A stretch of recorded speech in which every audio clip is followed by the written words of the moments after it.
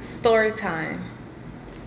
This morning, I was reminded of my life before Christ. I was living in total darkness, complete darkness. I was in a demonic witchcraft relationship that I got tricked into. This man told me, God said, "You're my wife." I was 21 years old and I believed this lie. And in my heart, I was upset that God would pair me with someone that I had no interest in. I kept asking God, "Are you sure?" I went through with the wedding that will last for 6 months. These were the worst 6 months of my life. The Lord started to show me in my dreams who this man was in the spirit, and that he did not approve of this trap that I was in.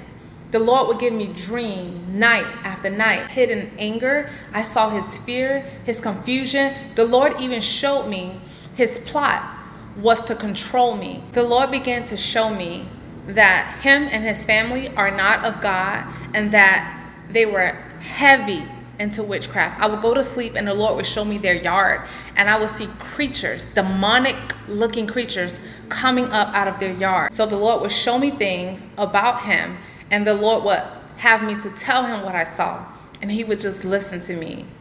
And then now it got to a point that the moment I wake up, he's standing over me and he'll be like, "What did you dream? What did you see?" It was so scary. And so shortly after this, I started to see the anger come out. I started to see the control. I started to see his tactic of how he was slowly trying to break me down, tear my confidence down. He hated the fact that I was independent and that I was resilient. He wanted to tear that down so he can build me up into something he wanted me to be, to serve his purposes. When I began to rebel against his plan, he started to get angry. That's when the verbal abuse started. He started to abuse me verbally. He started to instill fear in me. That was a tactic that he used, to instill heavy fear in me. So he would say some of the craziest things to me. He would literally wish death on me. He would be like, "If you go there," he's like, "you're gonna die." He would say things like this to me. I started to realize that each day that I stayed in this relationship, a piece of me started to die. The one thing that never changed was my relationship with God. I loved God.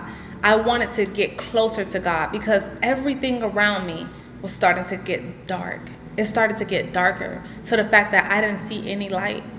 And you know, one thing, my mother also did not approve of my relationship with him. My mother saw the change in me, and she wasn't happy with that. I'll never forget, she called my phone one day and she was like, "I know you're with him, put him on the phone right now." And I handed him the phone. I was like, "Here." And my mother cursed this man out so bad.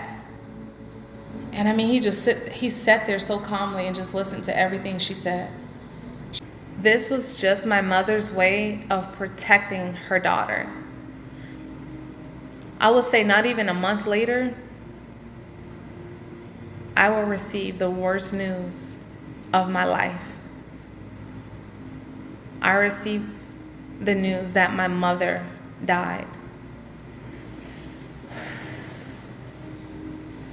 And I remember I laid there in the bed and I cried my eyes out. I cried my soul out for hours. And he sat at the computer and he just listened to me. Not one time did he comfort me or speak any words of kindness toward me in the midst of my grief.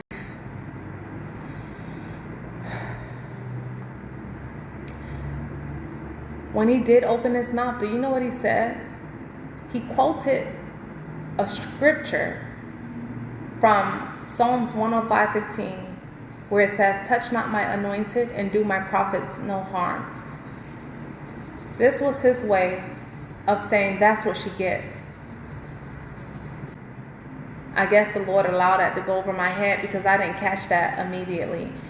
It was when I started to go through my healing process, that's when the Lord brought that up to me years later. And I was like, The lord was showing me his heart all along. The Lord was showing me his heart.